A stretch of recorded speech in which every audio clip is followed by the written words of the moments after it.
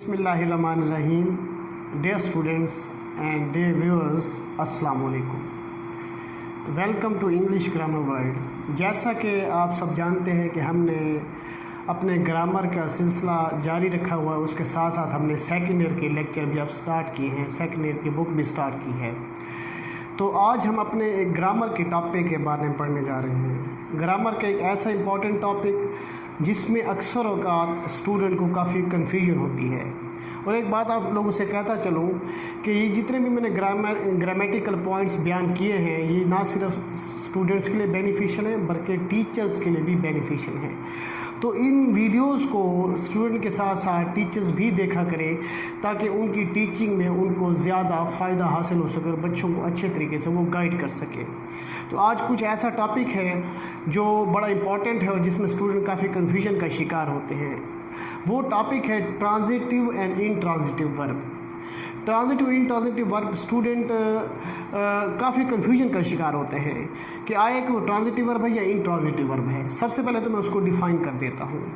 बात को ज़रा गौर से सुने कि ट्रांजिटिव वर्ब वो वर्ब होता है जिसके बाद ऑब्जेक्ट नेसेसरी है, ऑब्जेक्ट ज़रूरी होता है। विदाउट ऑब्जेक्ट बात क्लियर नहीं होती। और इनट्रांजिटिव वर्ब वो होते हैं जिनके बाद ऑब्जेक्ट ज़रूरी नहीं होता और विदाउट ऑब्जेक्ट यानी ऑब्जेक्ट के बगैर भी बात क्लियर हो जाती है।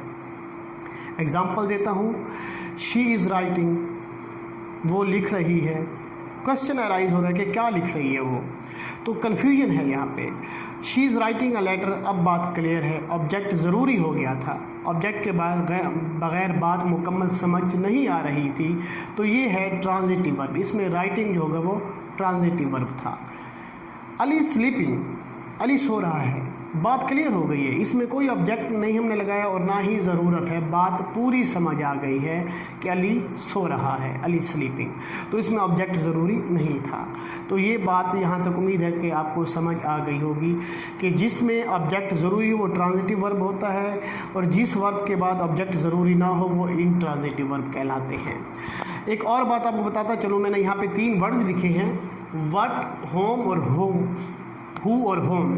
वट, हु और होम एक 3 ऐसे वर्ड्स हैं कि हमें कोई भी सेंटेंस दिया गया है उसमें से हमने अगर पहचान करनी है कि वो जो फ़िक्रा दिया है उसमें वो ट्रांजिटिव वर्ब का है या इनट्रांजिटिव वर्ब का है।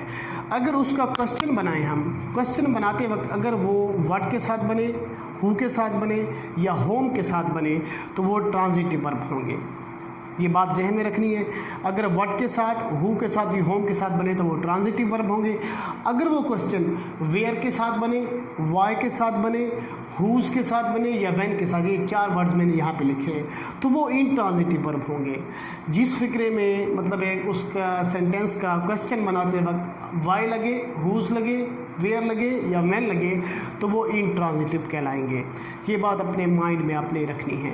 अब चलते अपने सेंटेंसेस की तरफ, देखते हैं। She is writing a letter, मैंने ना यहाँ पे वर्ब्स को सर्कल कर दिया है कि इसके बाद जो वर्ड हमें दिया गया है क्या वो ऑब्जेक्ट को शो कर रहा है या नहीं कर रहा। अब देखिए, she is writing a letter, वो एक ख़त लिख रही है। अगर इसको क्वेश्चन हम बनाएं, क्वेश्चन पूछा जाए व्हाट इज़ ही राइटिंग, वो क्या लिख रही है। She is writing a letter, इसका जवाब ये बनेगा she is writing a letter, तो इसका जवाब ये बन रहा है। अब इसका क्वेश्चन बनता है व्हाट के साथ, तो अब ये क्या कहलाएगा, ट्रांजिटिव वर्ब कहलाएगा।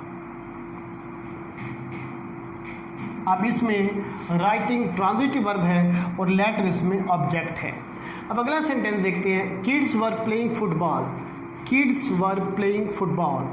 या इसके बाद मैंने एक और सेंटेंस लिखा है, kids were playing in the lawn. ये 2 सेंटेंसेस हैं, इनको गौर से लिखिएगा। Kids were playing football, kids were playing football. अब इसमें अगर क्वेश्चन बनाए what were kids playing, what were kids playing, तो ये क्वेश्चन इसका व्हाट के साथ बन रहा है, तो ये कहलाएगा ट्रांजिटिव वर्ब। अब इसी तरह से kids were playing in the lawn, अब इसका क्वेश्चन व्हाट के साथ नहीं बनता। अब गौर से देखिए, इसका क्वेश्चन व्हाट के साथ नहीं बनता, इसका क्वेश्चन बनेगा where were the kids playing, where were the kids playing, यानी बच्चे कहाँ खेल रहे थे। लॉन की बात है ना, यहाँ पे फुटबॉल थी, तो ये क्वेश्चन बना वेयर, वेयर के साथ, और वेयर के साथ जो क्वेश्चन बनेगा उसमें जो वर्ब होगा वो इंट्रांजिटिव वर्ब कहलाएगा।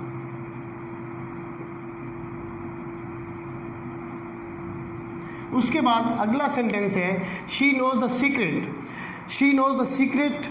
अब इसमें सीक्रेट जो है क्या वो ऑब्जेक्ट है या नहीं है, ठीक है। अब इसमें देखें what does she know, question ये बनेगा वो क्या जानती है, व्हाट डज शी नो, तो ये व्हाट के साथ क्वेश्चन बन रहा है, तो ये भी ट्रांजिटिव वर्ब को शो कर रहा है। अब इसमें ये ट्रांजिटिव वर्ब होगा नोज। आई मेट असलम, मैं असलम से मिला।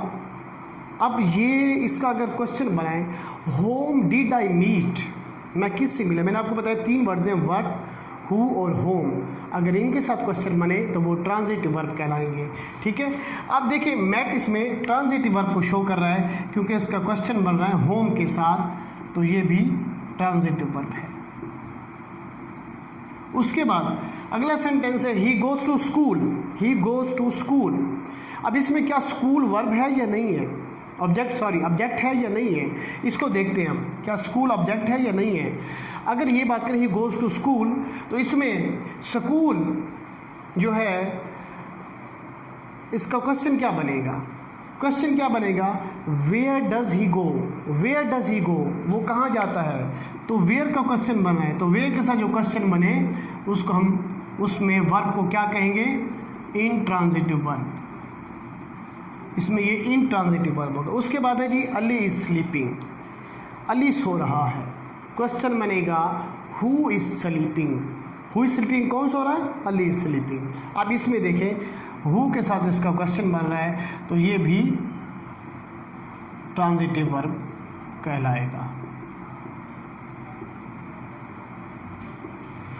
अब याद रखनी ये बात, अगर व्हाट के साथ, हु के साथ, ये होम के साथ क्वेश्चन बने तो वो उसमें जो वर्ब होंगे वो ट्रांजिटिव वर्ब कहलाएंगे। अगर क्वेश्चन वेयर के साथ, होम के साथ, हुज, व्हेन के साथ बने तो वो उसमें जो वर्ब इस्तेमाल होंगे वो इंट्रांजिटिव वर्ब कहलाएंगे।